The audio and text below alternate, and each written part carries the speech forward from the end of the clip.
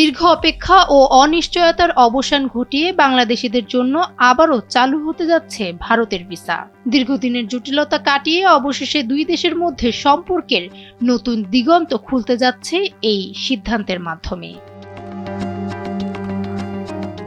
পররাষ্ট্রমন্ত্রী খলিলুর রহমানের সাম্প্রতিক ভারত সফরে দুই দেশের মধ্যে অত্যন্ত ইতিবাচক ও ফলপ্রসূ আলোচনা হয়েছে।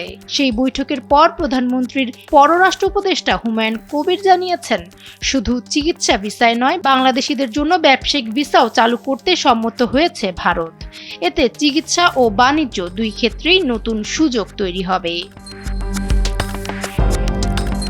13 এপ্রিল দুপুরে সচিবালয়ে প্রধানমন্ত্রী তারেক রহমানের সঙ্গে সাক্ষাৎ শেষে তিনি এই তথ্য নিশ্চিত করেন।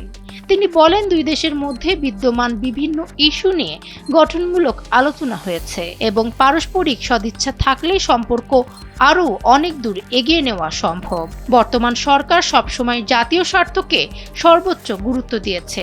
জনগণের সমর্থন থাকার কারণেই সরকার দৃঢ় অবস্থান নিতে পারছে এবং দেশের স্বার্থবিরোধী কোনো সিদ্ধান্ত নেওয়া হবে না। ভারতের ভিসা পুনরায় চালু হওয়ার এই ঘোষণা বাংলাদেশিদের জন্য স্বস্তি ও সম্ভাবনার নতুন বার্তা নিয়ে এসেছে। চিকিৎসা, ব্যবসা কিংবা ব্যক্তিগত প্রয়োজনে ভ্রমণ, সব ক্ষেত্রেই এটি বড় পরিবর্তন আনবে বলে মনে করা হচ্ছে। ডেস্ক রিপোর্ট, সময়ের আলো।